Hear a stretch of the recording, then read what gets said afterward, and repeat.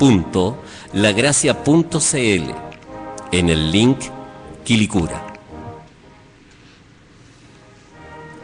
Nuestros días de reunión: domingos 11 de la mañana, culto general; miércoles 19:30 horas; viernes reunión de oración 20 horas; sábado reunión de jóvenes a las 19 horas. Muy buenas noches, hermanos, hermanas, amigos y amigas.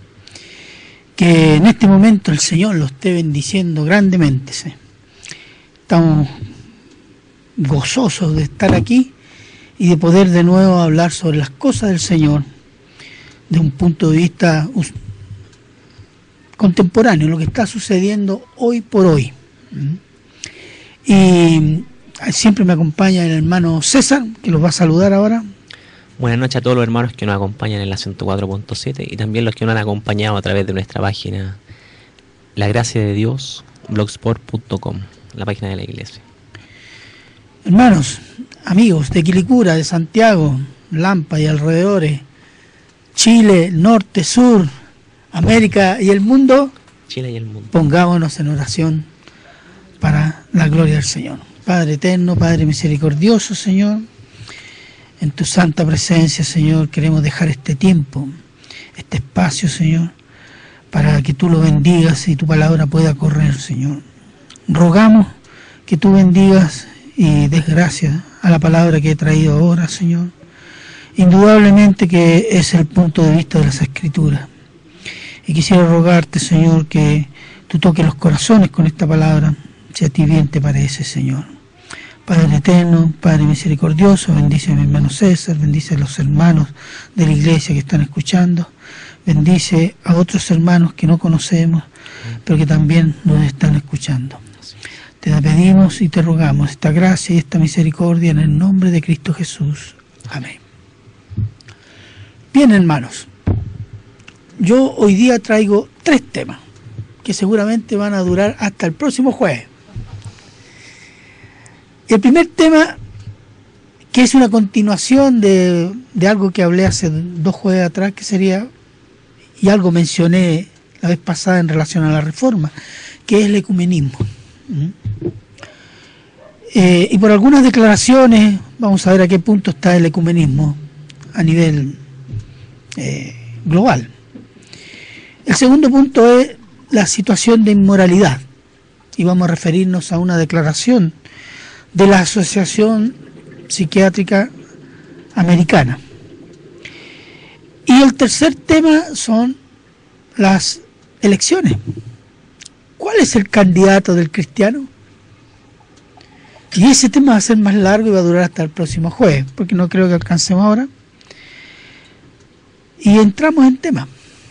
Mire, en el año 2017 se cumplen 500 años de la Reforma Protestante, que comenzó en 1517 cuando el cura agustino Martín Lutero clavó sus 95 tesis en la iglesia de Wittenberg en Baviera, Alemania.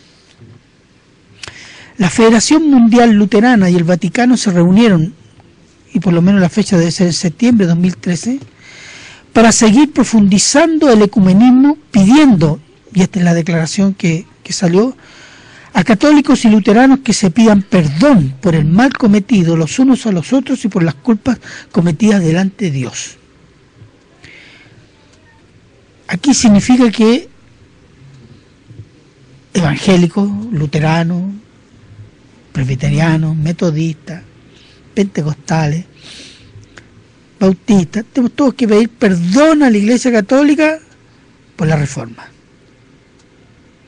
Y lo peor no es eso, lo peor es que lo firman los luteranos, porque está la Federación Mundial Luterana. Por otro lado, la Comisión Luterano-Católica ha publicado una declaración titulada Del conflicto a la unidad.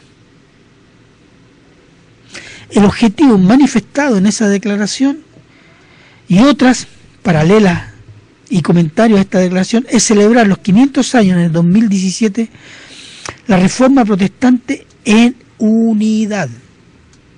y perdonándose mutuamente. ¿Y qué significa esto? Enterrar los principios de la Reforma y celebrar la unidad en la falsedad. Porque es falso que la Reforma fue un pequeño problema, un pecado del Martín Lutero, de Calvino, Zwinglio y de la enormidad de sacerdotes y laicos y príncipes y gobernantes que se rebelaron contra la Iglesia Católica. Tanto así, este pequeño tropiezo que dividió Europa y cambió el mapa político y religioso y económico de Europa. Y habría que pedir perdón por eso. Bueno, hay que recordar que la Federación Luterana y el Vaticano firmaron un acuerdo en 1999, porque este proceso no es nuevo. Y en 1999, esta declaración, este acuerdo, decía que la salvación es por la persona y la obra de Cristo. Amén. Es una gran verdad. Pero el principio cristiano de la Reforma era que la salvación es solo por Cristo. Y la Iglesia Católica Romana declara, y todavía declara y practica, que la salvación es por Cristo, más los sacramentos de la Iglesia y las obras. Y está en el Catecismo del Concilio de Trento, validado por el Concilio Vaticano II, en que dice: el que declara que la salvación es solo por Cristo sea anatema.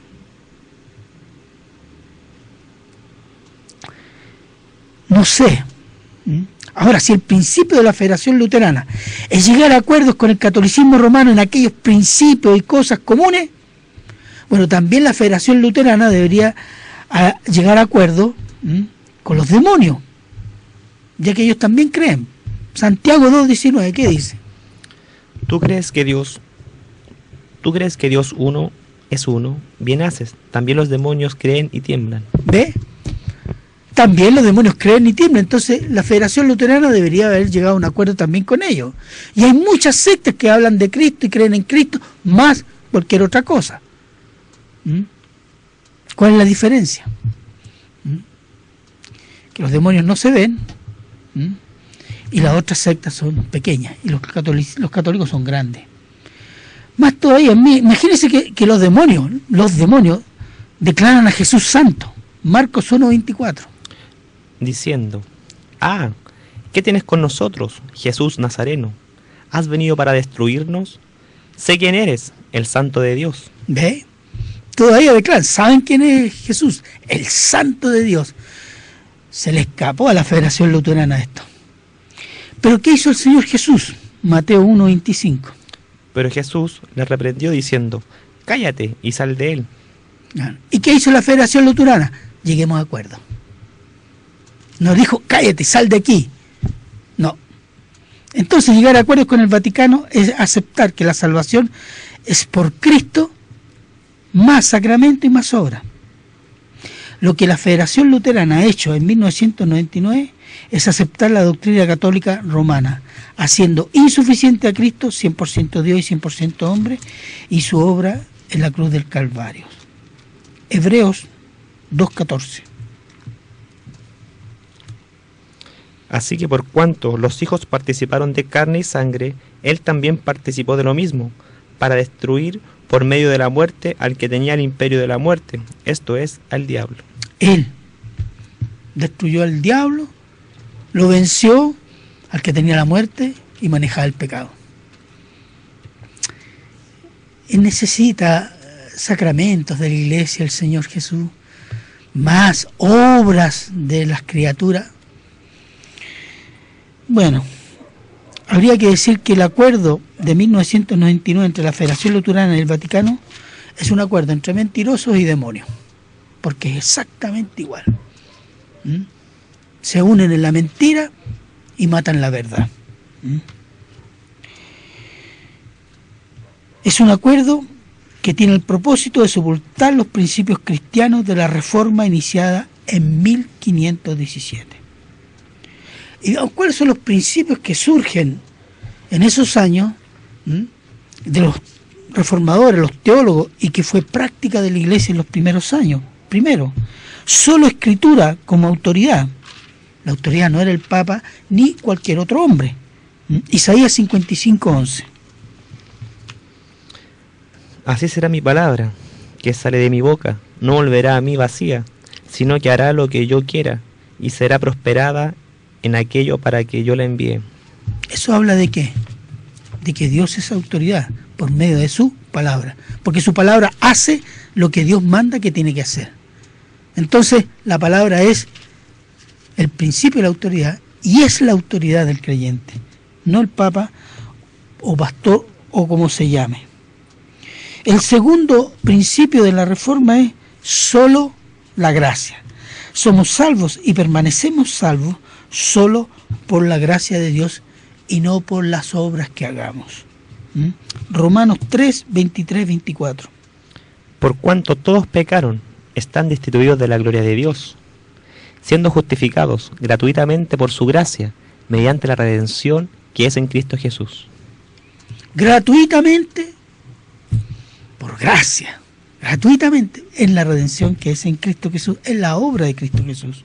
Y ahí viene el tercer punto, solo Cristo. La salvación viene solo de Cristo y nada más. Hechos 4, 11, 12.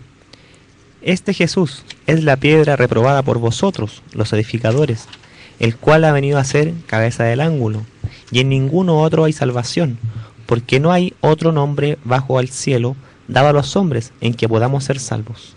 ¿Quién dice eso? El apóstol Pedro, el supuesto primer papa. El apóstol Pedro no fue el primer papa. Esa es otra de las ¿cuánto se llama? Falsedades históricas, fraudes históricos de la Iglesia Católica. El cuarto punto, principio de la Reforma, era solo por fe, sin obras humanas. Efesios 2:8. Porque por gracia sois salvos, por medio de la fe, y esto no de vosotros, pues es don de Dios. Amén. ¿Te fijo? No hay ninguna obra que pueda salvar o que agregar a la obra de Cristo. Por medio de la gracia, la fe en Cristo Jesús. Y este es un don que regala el mismo Señor. Está dentro de la gracia de Dios. Y el quinto punto, solo la gloria de Dios. Solo Dios debe ser glorificado. No deben ser glorificados los hombres. Vamos a ver algunos versículos. Hechos 10, 24, 26. Al otro día entraron en Cerea, y Cornelio los estaba esperando, habiendo convocado a sus parientes y amigos más íntimos. Cuando Pedro entró, salió Cornelio a recibirle, y postrándose a sus pies, adoró. Mas Pedro se levantó diciendo: levántate, pues yo mismo también soy hombre. El apóstol Pedro no aceptó esa adoración porque no le corresponde y está consciente de eso. Históricamente los papas, los cardenales se hacen adorar. El papa se pone como vicario de Cristo, es decir, el sucesor, el reemplazante de Cristo, lo que es una gran blasfemia. Pero el supuesto primer papa estaba muy claro en las cosas de Dios. Apocalipsis 19, 9, 10. Y el ángel me dijo: escribe, bienaventurados los que son llamados a la cena de las bodas del Cordero. Y me dijo: estas son las palabras verdaderas de Dios. Yo me postré a sus pies para adorarle. Y él me dijo: mira, no lo hagas, yo soy consiervo tuyo y de tus hermanos que retienen el testimonio de Jesús. Adora a Dios, porque el testimonio de Jesús es el espíritu de la profecía. Amén. Eso es lo que debe hacer un cristiano, adorar solo a Dios. No debe inclinarse ante figuras, monos de yeso, hombres, exaltar hombres como casi si fueran semidioses, o tan santos que ellos están así tanto de Dios. Todo hombre, toda mujer que pone su fe en Cristo está en las manos de Dios. Veamos Mateo 23, 10, 12. Ni seáis llamado maestro, porque uno es vuestro maestro, el Cristo, el que es mayor que vosotros. Sea siervo, sea vuestro siervo. El versículo anterior Y no llaméis Padre vuestro a nadie en la tierra, porque uno es vuestro Padre, el que está en los cielos. Ya, déjelo ahí nomás. ¿Cómo se hace llamar el Papa? Santo Padre. ¿Cómo se hacen llamar los curas? Padre. Y es una designación espiritual que corresponde solo a Dios y al Señor Jesucristo. Pero se ha creado una tradición cultural en esto. Y ni cuenta se da la gente cuánta blasfemia desparrama a través de sus bocas. Entonces, entendemos de que la Federación Luterana, y tal vez con el consenso de algunas otras denominaciones evangélicas, y el Vaticano, en el fondo hay un acuerdo por enterrar los principios cristianos que dieron vida, forma y color a la Reforma. Déjeme decirle, hermano, que si no fuera por la Reforma, tal vez nosotros no habrían llegado misioneros a este país, ni seríamos evangélicos.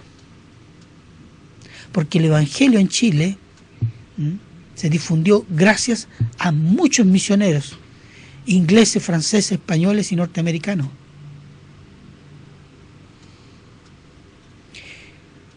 Porque si la Reforma no hubiera existido, todavía estamos bajo el dominio católico, con la Biblia escondida y tratados como herejes.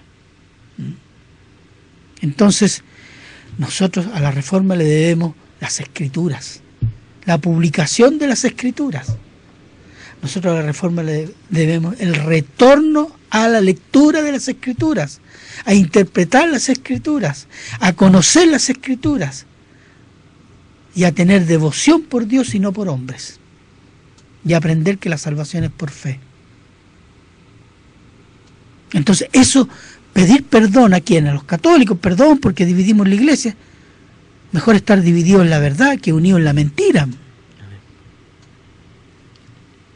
Entonces, esto es un serio intento a nivel más global de enterrar los principios del Evangelio.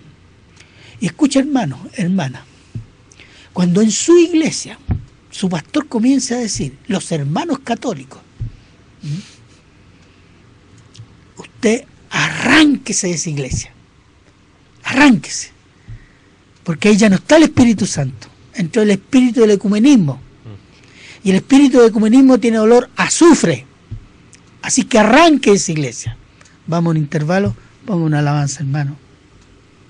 Viendo la multitud, subió al monte y sentándose, vinieron a él sus discípulos, y abriendo su boca les enseñaba diciendo: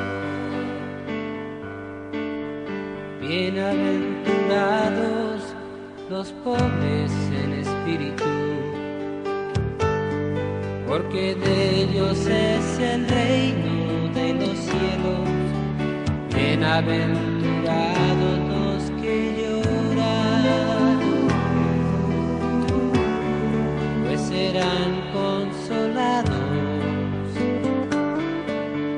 Bienaventurados los mansos, porque heredarán la tierra.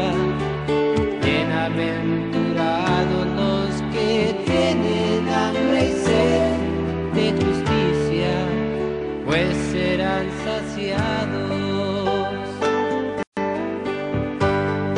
Y los misericordiosos, porque alcanzarán misericordia. Y los de limpio corazón, pues verán a Dios. Bienaventurados los pacificadores, porque ellos serán llamados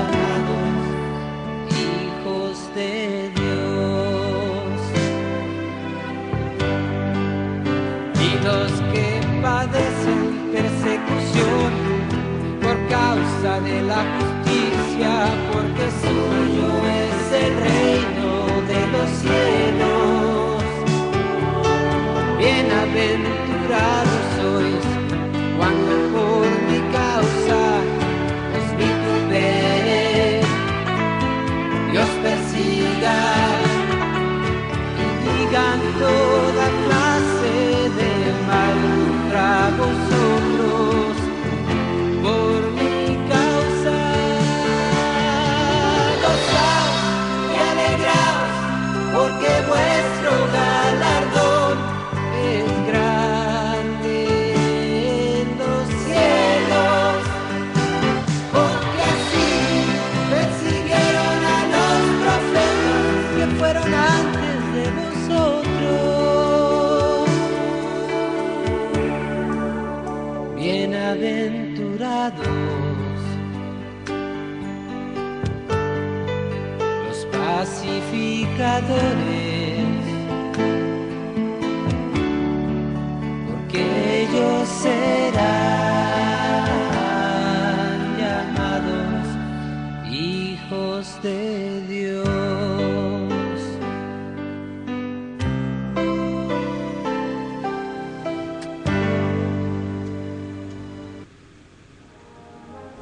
Nuestra iglesia está ubicada en María Luisa Sepúlveda 931, esquina Nueva Delhi, en la comuna de Quilicura. Para mayor información, visítenos en www.lagracia.cl en el link Quilicura. Nuestros días de reunión: domingo 11 de la mañana, culto general. Miércoles 19:30 horas. Viernes, reunión de oración 20 horas. Sábado, reunión de jóvenes a las 19 horas.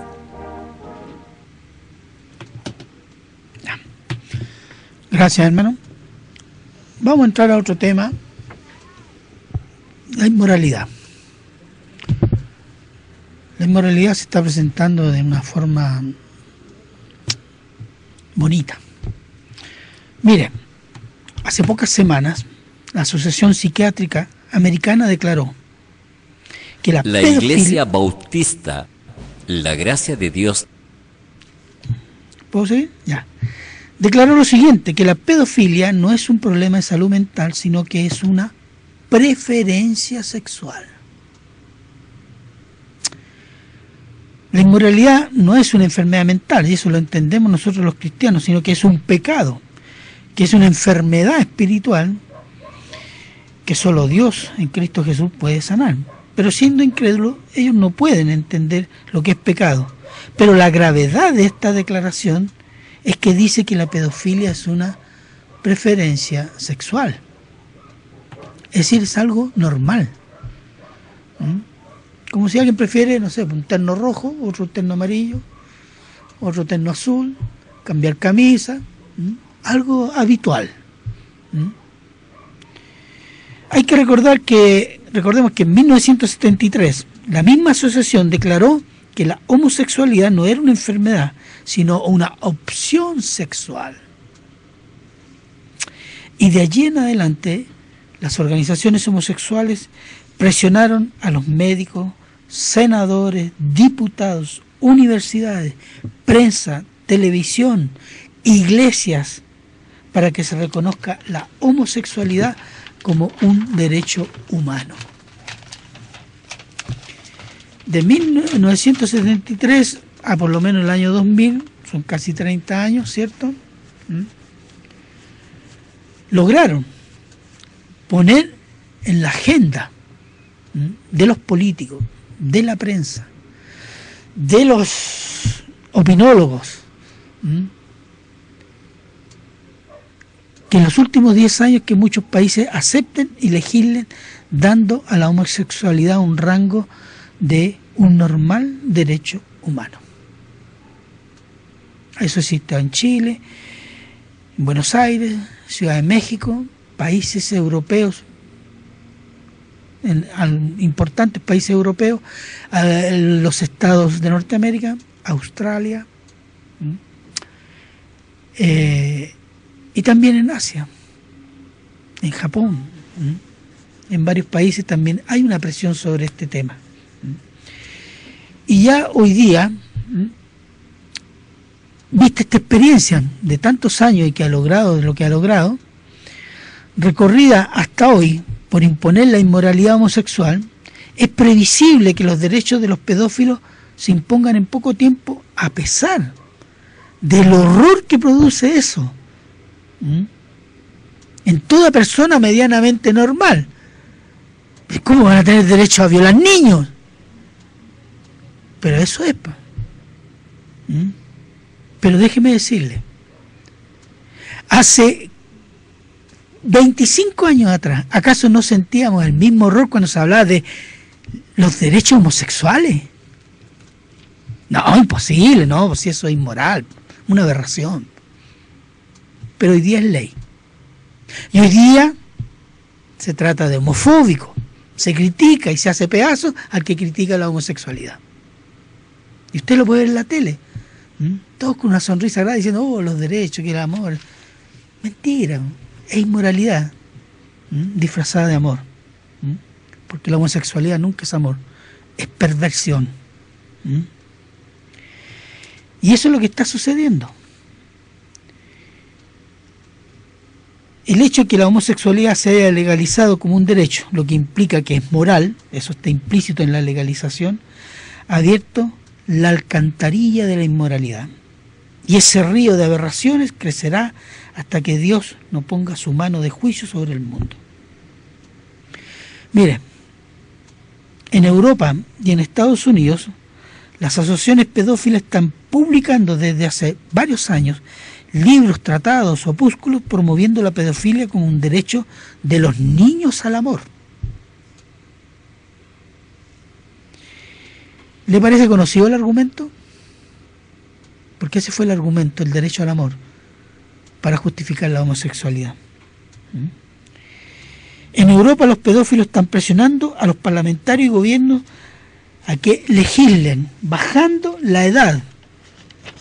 Mire, bajando la edad que permita a los niños a los 12 años tener relaciones sexuales con una persona mayor con el consentimiento del niño y de los padres. Usted dirá, eso allá en Europa, los europeos están... Eso decíamos nosotros cuando los homosexuales allá marchaban en San Francisco. Ah, esos son los gringos. Cuando marchaban allá en Berlín, en Roma, en París. No, estos son europeos. Y ahora tenemos una legislación que les da derecho a los homosexuales, que no se les puede decir que es pecado. Y van por más. Van por el matrimonio igualitario, van por adopción de niños y niñas. ¿Usted cree que la alcantarilla aquí se cierra? No. Cada vez se va haciendo más grande. En ese sentido y en otros sentidos también. La sociedad hoy día, con la aceptación de la homosexualidad, está ideológicamente sodomizada. Eso significa, no son todos sodomitas, pero la sociedad está sodomizada porque ha aceptado la homosexualidad como algo normal, un derecho al amor. Y esa inmoralidad con consecuencias emocionales y de salud pública grandes. Y aunque parezca difícil creerlo, el camino ideológico para la aceptación a la pedofilia ya está pavimentado. Y lo pavimentó la homosexualidad. Va a ser menos difícil con el tiempo que la gente acepte la pedofilia. Ya no le va a llamar pedofilia, porque decir pedofilia, no. Pero es un grosero, un retrasado, un antiguo. Tú no entiendes la modernidad, etcétera, etcétera, porque eso es lo que dicen. Tú estás hace 2000 años atrás. Vamos a 2 Timoteo 3, del 1 al 5. También debes saber esto, que en los postreros días vendrán tiempos peligrosos, porque habrán hombres amadores de sí mismos, avaros, vanagloriosos, soberbios, blasfemos, desobedientes a los padres, ingratos, impíos, sin afecto natural, implacables, calumniadores, intemperantes, crueles, aborrecedores de lo bueno, traidores, impetuosos, infatuados, amadores de los deleites más que de Dios, que tendrán apariencia de piedad, pero negarán la eficacia de ella. A estos evita. Ya. Vea el versículo donde dice amadores de sí mismo. Segundo parece que. Porque habrán hombres amadores de sí mismos, avaros. Ahí no, gracias. Fíjese, el apóstol Pablo cuando habla de tiempos peligrosos habla de una profundización del pecado en el mundo. ¿Y dónde comienza? Amadores de sí mismos. Ahí todo comienza allí, porque eso está en la cabeza. Y no es por si acaso. Ni es una casualidad. Porque todo pecado comienza en la adoración de sí mismo, cuando mis deseos son endiosados, cuando mis deseos son un derecho, cuando mis pecados ya no son pecados, son mis derechos. Eso es lo que está haciendo la sociedad moderna. Los antiguos griegos endiosaron sus pecados haciendo una mitología de dioses, pero en realidad eran sus propios concupiscencias, diría la Biblia, sus propias inmoralidades, sus propios conflictos. Y hoy día eso ya no se endiosa, se le llama derecho. El derecho a ser pedófilo, el derecho a ser homosexual, es un derecho humano. El derecho a corromper, el derecho al pecado, porque eso es en realidad. Ahora, si observamos en este contexto, que en este contexto se está haciendo más normal otros aspectos que también vienen de más atrás. Por ejemplo, en Chile y en América Latina y en Europa hace mucho tiempo se está hablando de legislar la liberalización de drogas, comenzando por la marihuana, y quitarle el negocio a la mafia y dárselo al Estado, porque eso va a ser en términos prácticos. Pero eso no resuelve la adicción creciente que tiene otras causas, y sobre todo adicción entre jóvenes y también en adultos.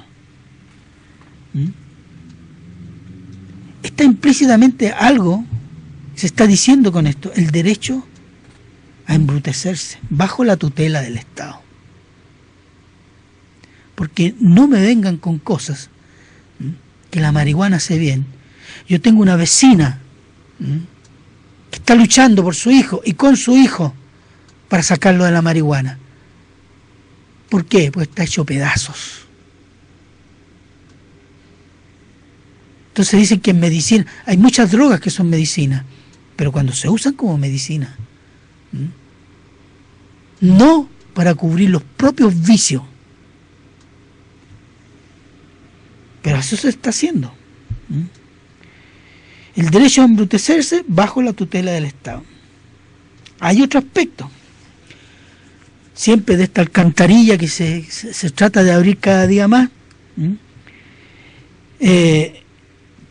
Las presiones por el aborto se hacen cada vez más fuertes, con el pretendido derecho de la mujer, o cuidar la salud de la mujer en determinados casos.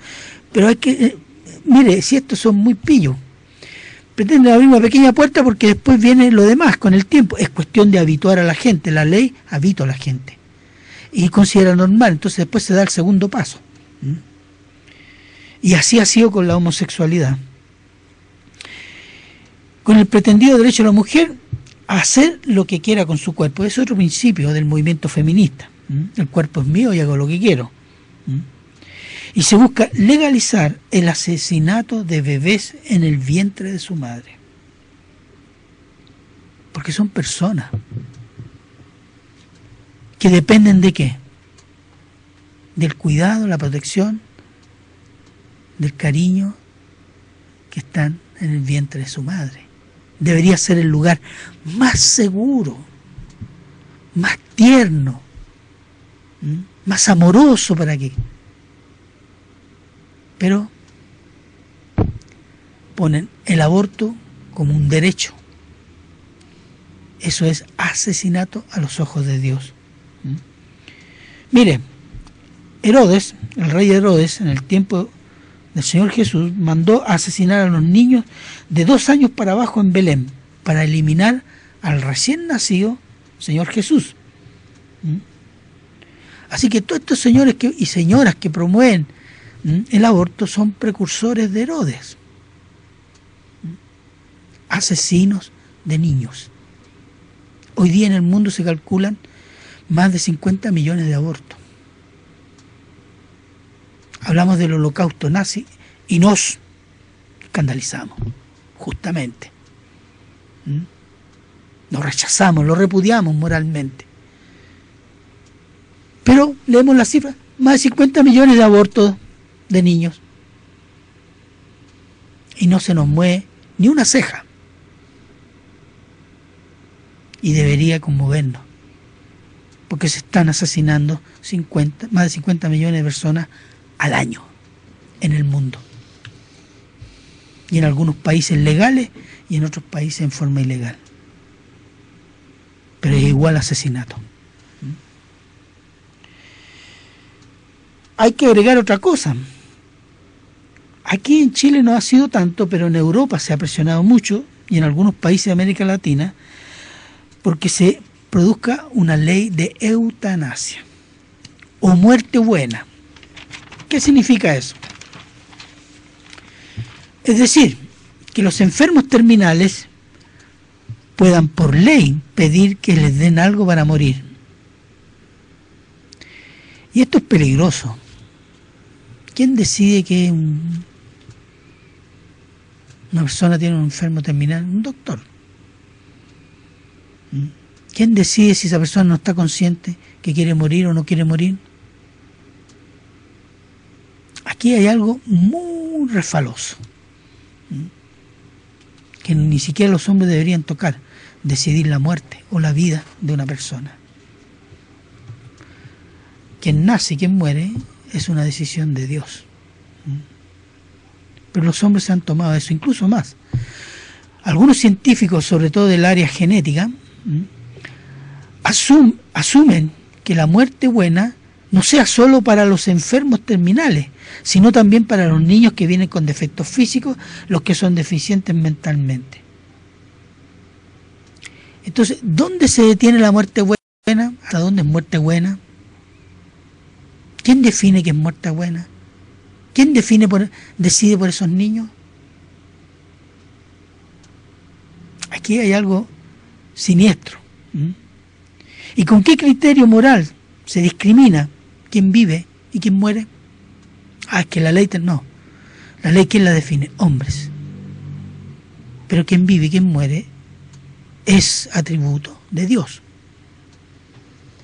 Mire, si esto se lograra legalizar, mírelo en perspectiva, el exterminio que hicieron los nazis a mitad del siglo XX, de judíos, negros, gitanos, personas con defectos físicos y mentales, homosexuales, liberales y comunistas, serán solo un juego de niños comparado con lo que producirá una ley de eutanasia.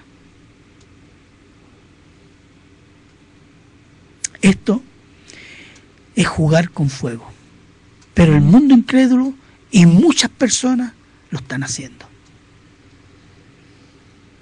¿Qué dice Mateo 24:12? Y por haberse multiplicado la maldad, el amor de muchos se enfriará. El Señor Jesús está hablando del tiempo de la tribulación.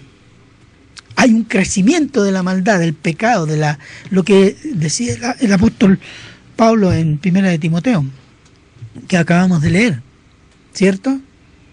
Hoy día lo que estamos preparativos, los preparativos de aquello que va a venir. Tal vez la iglesia, nosotros, veamos el principio de eso. Me temo que sí, porque algo ya estamos viendo, ¿cierto? Pero la maldad crecerá de tal manera que el mismo Señor Jesús se hace una pregunta en Lucas 18, del 1 al 8. También le refirió Jesús una parábola sobre la necesidad de orar siempre y no desmayar, diciendo: había en una ciudad un juez que temía a Dios ni respetaba a hombre. Había también en aquella ciudad una viuda, la cual venía a él, diciendo: hazme justicia de mi adversario. Y él no quiso por algún tiempo, pero después de esto dijo dentro de sí: aunque ni temo a Dios, ni tengo respeto a hombre, sin embargo, porque esta viuda me es molesta, le haré justicia. No sea que viniendo de continuo me agote la paciencia. Y dijo el Señor: oíd lo que dijo el juez injusto. ¿Acaso Dios no hará justicia a sus escogidos, que claman en el día y noche? ¿Se tardará en responderles? Os digo que pronto le hará justicia, pero cuando venga el Hijo del Hombre, ¿hallará fe en la tierra? Miren qué interesante que el Señor Jesús termina la parábola haciendo una pregunta. Cuando venga el Hijo del Hombre, cuando venga el Señor en gloria y majestad, ¿hallará fe en la tierra? Yo creo que va a haber gente que se va a salvar, porque la Biblia en Apocalipsis lo dice. Pero la pregunta del Señor Jesús apunta a esto: si la maldad del tipo del juez crecerá de tal manera que será impresionante. Y como decía, nosotros estamos viendo los preparativos. Apocalipsis 9, 20, 21. Y los otros hombres que no fueron muertos con estas plagas, ni aun así se arrepintieron de las obras de sus manos, ni dejaron de adorar a los demonios, y a las imágenes de oro, de plata, de bronce, de piedra y de madera, las cuales no pueden ver, ni oír, ni andar. Y no se arrepintieron de sus homicidios, ni de sus hechicerías, ni de su fornicación, ni de sus hurtos. Ese es un pasaje que está en el momento de la tribulación. A pesar del castigo, del juicio, corazones duros no se arrepintieron y siguieron en sus pecados, homicidio, hechicería, etcétera, etcétera. Ese es el corazón que se está generando con estas leyes, donde exalta los deseos más inmorales del ser humano y lo hace ley y un derecho y lo embellece, pero es porquería e inmoralidad, es la alcantarilla.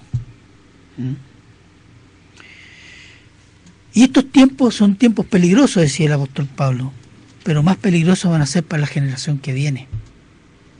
Nosotros ya a nuestra edad no nos cambia, pero los jovencitos, los niños que están entrando a la escuela de 6, 8 años, mire, déjeme decirle que la Asociación de Profesores de Santiago hace 2 años atrás estuvo haciendo una serie de conferencias con el movimiento homosexual en varios colegios de Santiago y de provincia, promoviendo ¿qué? La no discriminación y que la homosexualidad era un tercer sexo. Ahora, si eso pasa a ser materia de estudio, legalizándola en los colegios, nuestros hijos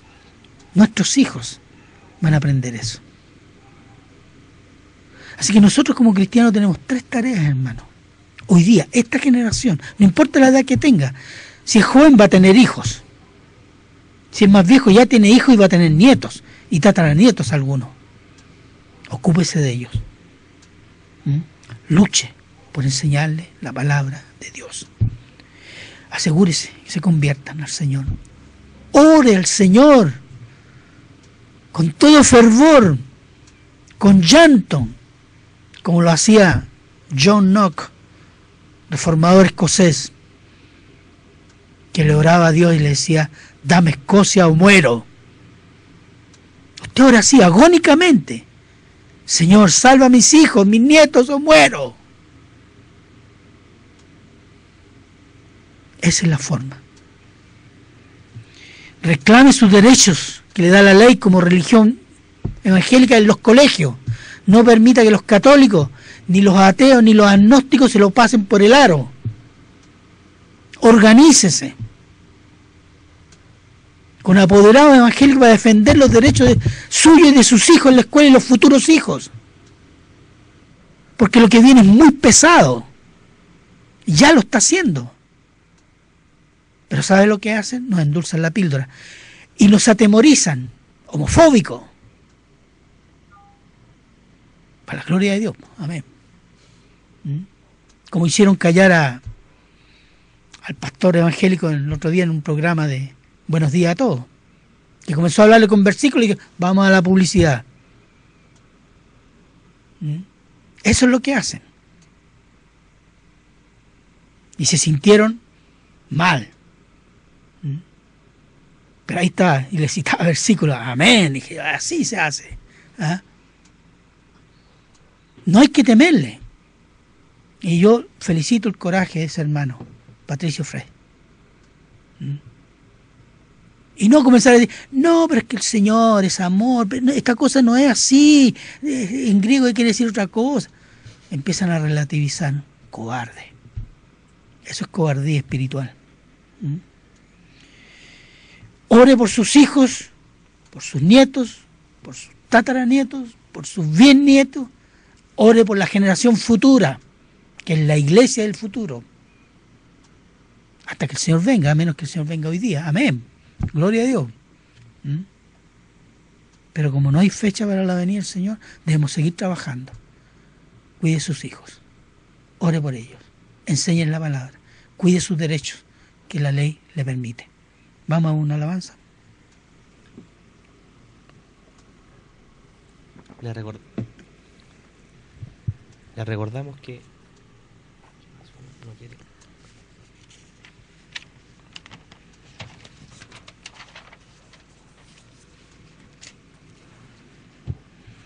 ¿No tenemos?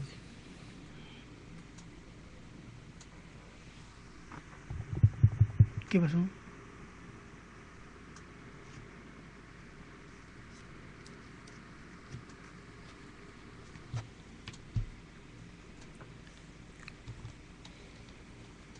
Este es su programa.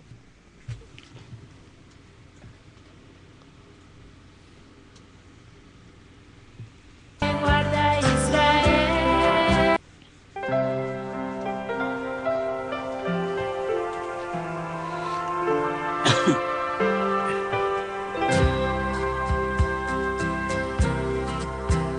Alzaré mis ojos a los montes, ¿de dónde vendrá mi socorro?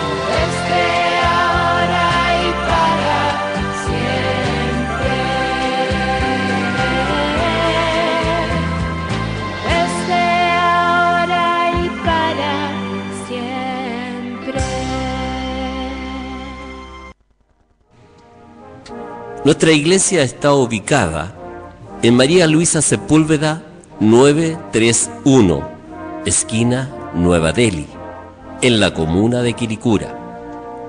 Para mayor información, visítenos en www.lagracia.cl en el link Quilicura. Nuestros días de reunión: domingos 11 de la mañana, culto general; miércoles 19:30 horas; viernes, reunión de oración 20 horas; sábado, reunión de jóvenes a las 19 horas. Bien, hermanos, vamos a pasar a otro tema y que tal vez lo vamos a terminar el próximo jueves. Y se refiere, y le puse este título, el candidato de los cristianos. ¿Cuál es? Muchos dirían, bueno, es que depende, no sé, de cuánto ofrezcan. ¿Eh? Si ofrecen más ladrillo, más terreno, tal vez alguna ley que nos ponga mejor que los católicos o igual a los católicos. Pero nosotros tenemos un criterio. El aproximarse a las elecciones presidenciales ponen la pregunta a los cristianos evangélicos por quién votar. Pero la pregunta que debemos hacernos es la siguiente: ¿cómo glorificamos al Señor en esta situación? ¿Cómo mi voto puede glorificar al Señor?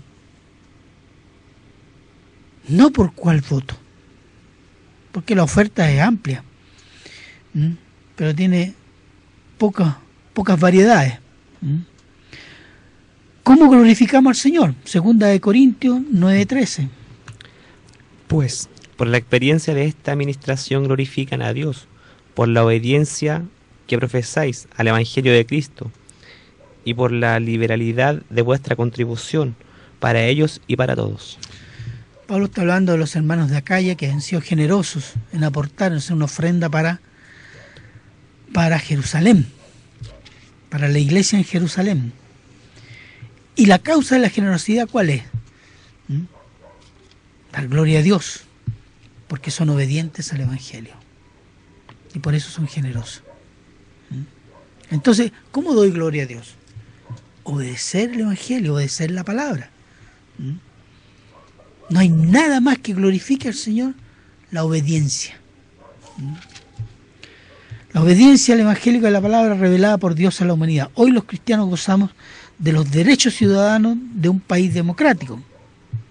Así como el Señor nos mandó a orar por las autoridades que gobiernan un país o provincia o municipio, etcétera, no importando el color político ni sus creencias, puesto que el principio de la autoridad viene de Dios. Y a Él glorifica en esas oraciones. Asimismo, nuestros derechos ciudadanos deben glorificar al Señor y su palabra, porque para eso somos llamados, hermanos. Nosotros no somos llamados a otra cosa. Id y predicad a toda criatura. Id, enseñar todo lo que bauticen a todos. Y ser testigos desde Jerusalén, Judea, Samaria, etcétera, etcétera, etcétera. Mire, hay un ejemplo. El apóstol Pablo era ciudadano romano, lo cual le da bastantes ventajas de poder circular por las ciudades, por los caminos del Imperio Romano, de Asia y Europa, sin ser detenido, encarcelado y dejado podrir en la cárcel por los romanos. El apóstol recorrió Asia Menor y Europa predicando el Evangelio y plantando iglesias, porque ese era su llamado, ese era su mandato: predicar el Evangelio, enseñar la palabra y plantar iglesias. Y no postuló como ciudadano romano algún puestito por ahí burocrático para predicar el Evangelio o pescar ese puesto para Cristo. No. Su llamado era predicar el Evangelio, plantar iglesias. Pastor, predicador, misionero. No hay duda que los tiempos del apóstol Pablo no son los mismos de hoy día. Indudablemente son ya una diferencia de tiempo y de cultura. Pero el mandato de la iglesia es el mismo. Id y predicar el evangelio a toda criatura. ¿Sabe por qué? Por la naturaleza humana. La naturaleza humana del tiempo de Jesús y de antes del tiempo de Jesús de hoy es pecaminosa. Y necesita el evangelio. El mismo evangelio que predicó el apóstol Pablo, el que dejó el Señor Jesús, que predicaron los apóstoles, que predicaron los reformadores, que predicaron los primeros padres. Ese necesita ser escuchado por el mundo. Porque el mundo no ha cambiado en naturaleza. Se reproducen los mismos pecados de antes, ahora. Ya vimos eso en esa parte. Entonces, el Señor siempre llamará a su iglesia a predicar el evangelio. Ese llamado está vigente. ¿Hasta cuándo? Hasta cuando el Señor venga. Ahora, en este contexto, si vemos un poco la historia de las Escrituras y comenzando desde Génesis, Dios siempre llamó a varones para gobernar a su pueblo, porque el liderazgo fue dado por Dios al hombre. Génesis 1:26. Entonces dijo Dios: hagamos al hombre a nuestra imagen, conforme a nuestra semejanza. ¿Qué más? Y se señoree de los peces del mar, de las aves de los cielos, de las bestias en toda la tierra y en todo animal que se arrastra sobre la tierra. ¿Qué le dio? Dios le dio al hombre mayordomía, se llama. Derecho a gobernar la creación. Que se señoree, que gobierne todas las criaturas, todo lo creado. ¿Eso a quién se lo dio Dios? Adán. Génesis 2:18. Y dijo Jehová, Dios: no es bueno que el hombre esté solo, le haré ayuda idónea para él. Hasta ese momento estaba solo, dice, y vamos a hacer una ayuda idónea, ayuda apta. ¿Para qué? Para que Adán pueda cumplir la tarea que se le ha encomendado. Entonces, ¿a quién se le entregó el liderazgo? Al varón. Y a la mujer, ayuda idónea. No significa, y entendámoslo bien, hermanos y hermanas, que la mujer es inferior. No. La mujer y el hombre son diferentes, pero se necesitan porque se complementan. Y no es un problema de inteligencia. Porque hay mujeres mucho más inteligentes que los varones y que son maridos. Es un problema del rol que entrega Dios.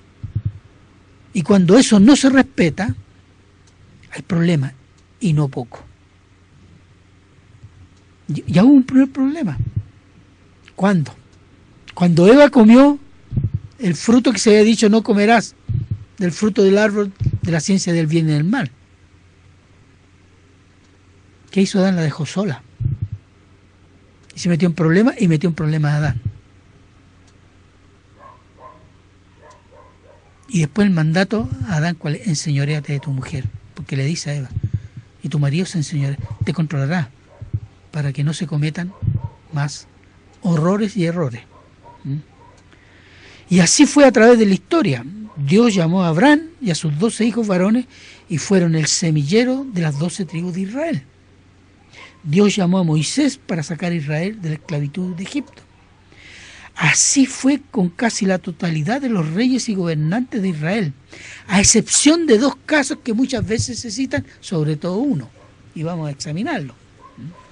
Los 2 casos son Débora y Atalía. ¿Qué dice Jueces 4:10? Gobernaba en aquel tiempo a Israel una mujer, Débora, profetisa, mujer de Lapidot, y acostumbraba a sentarse bajo la palmera de Débora, ante Ramá y Betel, en el monte de Efraín, y los hijos de Israel subían a ella a juicio.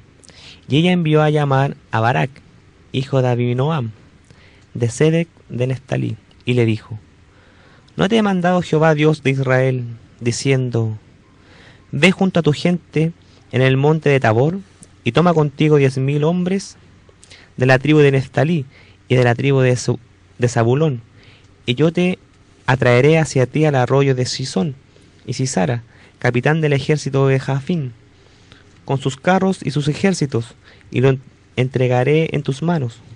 Barak le respondió: si tú fueres conmigo, yo iré, pero si tú no fueres conmigo, no iré. Ella dijo: iré contigo, Mas no será tuya la gloria de la jornada que emprendes, porque en mano de mujer venderá Jehová a Sisara, y levantándose Débora fue con Barak y Sedes, y junto a Barak y Zabulón y a Neftalí en Sedes, y subió con 10.000 hombres a su mando, y Débora subió con él. A ubicar el tiempo, el contexto de ese tiempo, del tiempo de los jueces. Sucedía que Israel abandonaba la ley, eran prisioneros o esclavizados o dominados por sus enemigos. Después de un tiempo se levantaba un clamor hacia Dios. Dios levantaba un líder, un gobernante que liberaba a Israel de eso, y mientras vivía el gobernante ellos estaban bajo la ley. Pero una vez que moría el gobernante ellos volvían a caer en la idolatría. Es un tiempo de decadencia espiritual. Es un tiempo de decadencia espiritual en Israel, donde como Baruch, ahí dice, o Barak, no quería ir a la batalla sino iba a la gobernante, cobarde espiritualmente. ¿Y de dónde viene esa cobardía? De haber abandonado a Dios, haber desechado la ley y caer y adorar monos de yeso o de oro. Eso es la idolatría. En ese tiempo no había rey en Israel y cada uno hacía lo que bien le parecía. ¿No le parece algo similar lo que pasa en el mundo hoy día? Cada uno dice y hace lo que bien le parece, aunque sea la cosa más aberrante y asquerosamente inmoral. Bueno, son los tiempos. Entonces, ante esa decadencia surge un líder mujer. Y surge por una necesidad, porque no hay varón que asuma la responsabilidad que Dios le ha dado. Fíjese, y leyendo bien el texto, Débora le llama la atención porque todavía no había obedecido el llamado de Dios de juntar a los hombres, y ya le había prometido que le iba a entregar su enemigo Sísara en manos de ellos. Aún así todavía no lo hacía. Y cuando él dice, no, si vas tú, voy yo.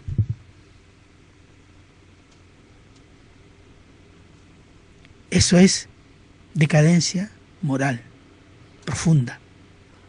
Cuando Israel abandonó a Dios, cayó en una decadencia terrible, con muchos aspectos similar a la que el mundo hoy día está galopando.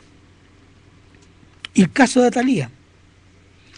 Atalía fue una reina de Judá, y esta se tomó el trono en Jerusalén después de la muerte del rey Ocosías, que era su hijo. Y Atalía era una idólatra que se casó con el rey Joram, que era otro que bien baila también, y que dice en 2 de Crónicas 21:1-6, no, que hizo lo malo ante los ojos de Jehová. Era tan idólatra como su mujer. Y cuando ella toma el trono, extermina a todos los descendientes de David para que no le reclamen el trono. Y solo se salva un jovencito, un niño, que se llama Joás, que lo salva una sirvienta. Entonces, la incredulidad y la idolatría del Joram, del rey Joram, llevó a la decadencia espiritual a Judá y a la tiranía de Atalía por algunos años. Un rey impío, incrédulo, idólatra que abandonó a Dios, se casó con otra tal cual, casi lleva a su pueblo al desastre por el gobierno de esta mujer. En ambos casos, la decadencia espiritual, el desechar la palabra de Dios ha producido la idolatría y la tiranía al pueblo de Dios, la desobediencia, la pasividad. Es igual para la iglesia. Tenemos, llamó a los apóstoles, varones. Él no tenía apóstolas. Y sigue llamando a varones al gobierno de su iglesia. Y eso está en 1 de Timoteo 3, 1, 5. Palabra fiel. Si alguno anhela obispado, buena hora desea.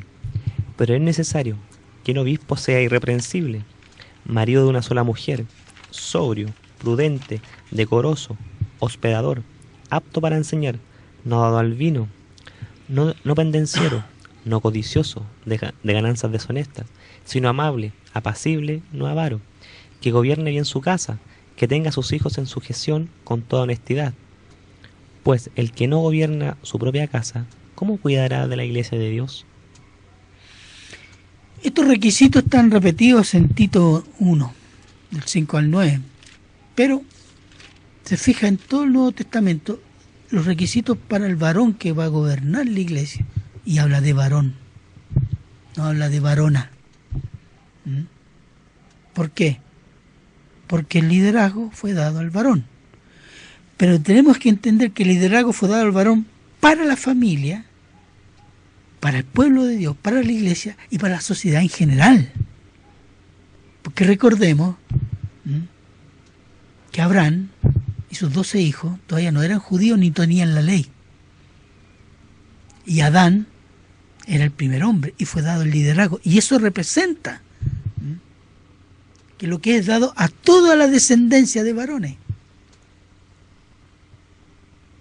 Mucho más dentro del pueblo de Dios. Es un principio universal de Dios. No es un principio solo para los creyentes. Por eso el mundo está como está, porque no se respetan las leyes de Dios. Muchos dirán, eso es machismo, discriminación. Hoy no estamos en los tiempos primitivos del Antiguo Testamento y del Nuevo Testamento, esos 2000 años atrás. Hoy somos más civilizados, evolucionados. Estamos seguros que somos más evolucionados y más civilizados. No sé, pues si la civilización consta de que a mitad del siglo XX se matan 6 millones de personas en una maquinaria inventada por el ser humano para eliminar una raza, sí, estamos peor que hace 2000 años atrás. Si la mitad un cuarto del África está muriéndose de hambre, sin que los países ricos puedan hacer nada o hacen poco o nada, estamos peor que hace 2000 años atrás. Mucho peor. Mire, y para volver a un dato, ni los romanos, ni los griegos, que eran incrédulos, idólatras, inmorales, nunca, ni siquiera al intelectual más perspicaz se le pasó por la mente legalizar la homosexualidad. ¿Sabe por qué? Era una costumbre muy difundida, pero no la legalizaron. ¿Por qué? Porque la subsistencia humana pasa por la relación entre un hombre y una mujer. Y eso lo entendían ellos. Hoy día estamos más civilizados porque es un derecho a la homosexualidad. Estamos peor. Tenemos la conciencia encallecida. Se llama eso en la Biblia. Bueno, es una cultura antigua. Bueno, veamos. 2 de Timoteo 3:16, ¿qué dice? Toda la escritura es inspirada por Dios y útil para enseñar, para redarguir, para corregir, para instruir en justicia. Bien. Si toda la escritura no dice parte de la escritura, o algunos aspectos de la escritura, o la mayor parte, dejando que significa que una minoría no es inspirada, dice toda la escritura es inspirada por Dios, soplada por Dios. Entonces lo que está escrito en las escrituras es la palabra autorizada de Dios. Entonces Dios es el antiguo, el machista, el discriminador, el no evolucionado. Dios nos ha puesto al día, según ese criterio, si seguimos el criterio humano. Pero yo le voy a dar un consejo, hermano, a alguien que esté escuchando. Cualquier reclamo, diríjase a su autor, el Espíritu Santo. Vaya a su oficina, que es la oración, y está ubicada en Avenida Rodilla. Y después que haga su reclamo, abra la escritura y espere respuesta. Ese es el consejo que le doy. Y va a recibir respuesta. Pero debo decir que si el liderazgo o no de una mujer es una cuestión cultural en la Biblia, que hoy no corre, entonces se abre la puerta a muchos conceptos del mundo que dicen que, por ejemplo, que la homosexualidad es un pecado, como pecado es cultura antigua y que hoy es un derecho. Entonces tendremos que cambiar segunda de Timoteo 3:16. Podría decir así: no toda la escritura es inspirada por Dios, sino que también es cultural. Y a veces es útil para enseñar, para redarguir, para corregir, para instruir en justicia de Dios y humana. Indudablemente que nadie declara eso abiertamente. Pero muchos que profesan ser cristianos viven relativizando las escrituras según los conceptos del mundo. Entonces, ¿qué tiene que hacer un cristiano frente a estas elecciones? Entonces tenemos 2 mujeres candidatas, 3. Y si seguimos las escrituras, ¿qué tiene que decir? No vote por una mujer, primera cosa. Es señal de decadencia. Es señal cultural, no Biblia, no palabra de Dios. Yo sé que a muchos les molesta esto. Les molesta la Biblia. Les molesta decir que su cultura es pecado. Porque esto no es una cuestión cultural. Esta es una cuestión escritural. Y que me demuestren con Biblia en mano que yo estoy equivocado. Porque si me demuestran que yo estoy equivocado, yo se lo voy a reconocer, sí me equivoqué. Pero yo no veo un mandato ni a la iglesia, ni al pueblo de Israel, ni al ser humano en general, a ser gobernado por mujeres. No es el rol que Dios le ha dado a la mujer. Por más que aquí se argumente modernidad, que sea derechos, etcétera, etcétera. Y porque estamos como estamos es porque se han violado todas las leyes de Dios. El mundo está en crisis. Hay avance de la inmoralidad. Hay crisis económica, hay crisis espiritual. Pero se hace como en Israel. Cada uno hace lo que bien le parece. ¿Y quieren estar bien? No. Porque recuerde, hermano, hermana, amigo y amiga, que el ser humano fue hecho para la gloria de Dios. Y todo lo que existe fue hecho para la gloria de Dios. Y cuando no se glorifica a Dios y se vive para sí mismo, es lo que en la Biblia se llama locura. ¿Y cuando vuelve en sí? Cuando se vuelve a Dios. Eso. Entonces, no vote por una mujer. Ahora, si usted cree que esto es una cuestión cultural, y su problema. Pero a mí la Escritura no me dice que una mujer debe gobernar la iglesia, debe gobernar el pueblo de Dios, debe gobernar la familia, debe gobernar el país y el mundo. El liderazgo fue dado al varón. Otra cosa es que a causa del pecado, de la incredulidad, la cobardía, los varones no asumen lo que tienen que asumir, ni en la familia, ni en la sociedad, ni en el país. No justifica un pecado con otro pecado. Simplemente se profundiza la decadencia espiritual y moral.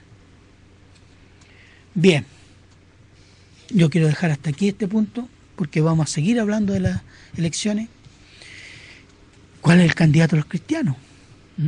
¿Cuál puede ser? Hay mucho que decir. Yo voy a tratar de sintetizar la próxima vez para...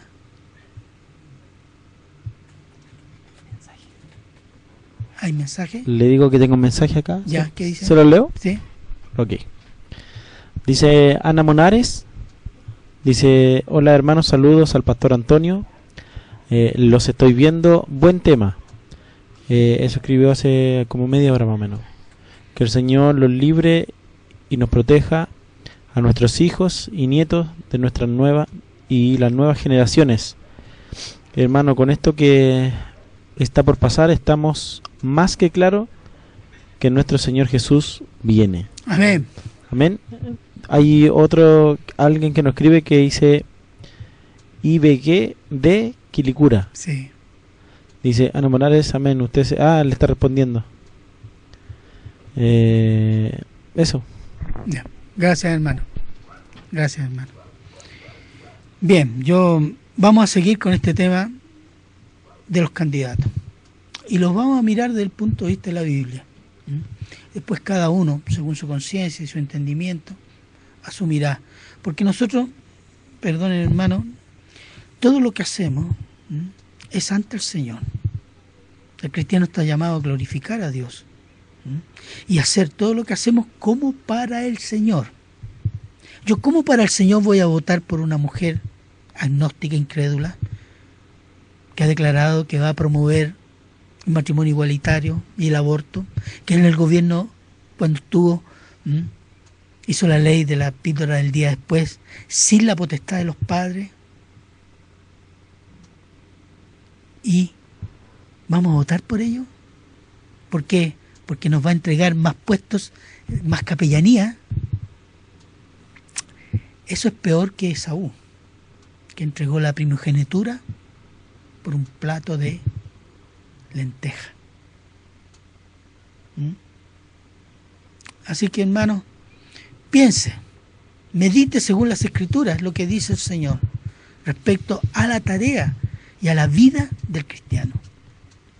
Uno jamás hasta acá. Yo quiero saludar y agradecerle al Señor y saludar a los hermanos que han tenido la paciencia de escucharnos, y doy gracias al hermano por su ayuda. ¿Quiere decir algo, hermano? Bueno, despedirme ¿Ya? de la familia Cárdenas, que es de Palabra de Vida Argentina, y de todos los hermanos que les ha gustado el tema. También, si tienen alguna duda, consulta, nos pueden hacer llegar su inquietud, ¿cierto?, a Iglesia Bautista La Gracia de Dios, blogspot.com, y también aquí a nuestra radio Locos por Cristo. Ya, damos gracias a hermana Ana Monares, por su nota, por sus palabras. Que Dios la bendiga. Bien, vamos a orar al Señor y cerrar, darle gracias por esta misericordia que ha hecho con nosotros. Padre eterno, Padre misericordioso, Padre santo, en tu santa presencia, Señor, queremos darte gracias, Señor, por lo que hemos podido expresar, defendiendo y basándonos en tu palabra, Señor. Y te rogamos de todo corazón, Señor, que lo que hemos expresado acá, tú lo difundas en los corazones a través de estas ondas de radio y de internet, Señor, en los corazones de los oyentes. Tú conoces cada corazón, cada necesidad. Te pedimos y rogamos humildemente que ores según tu buena voluntad, Señor. Padre eterno, te pedimos también una bendición para el hermano Luis, el director de esta radio, Señor, a su familia, su bebé, su esposa y su otra hijita, Señor, bendícelo, hazlo prosperar según prospera su alma, como dice el apóstol Juan.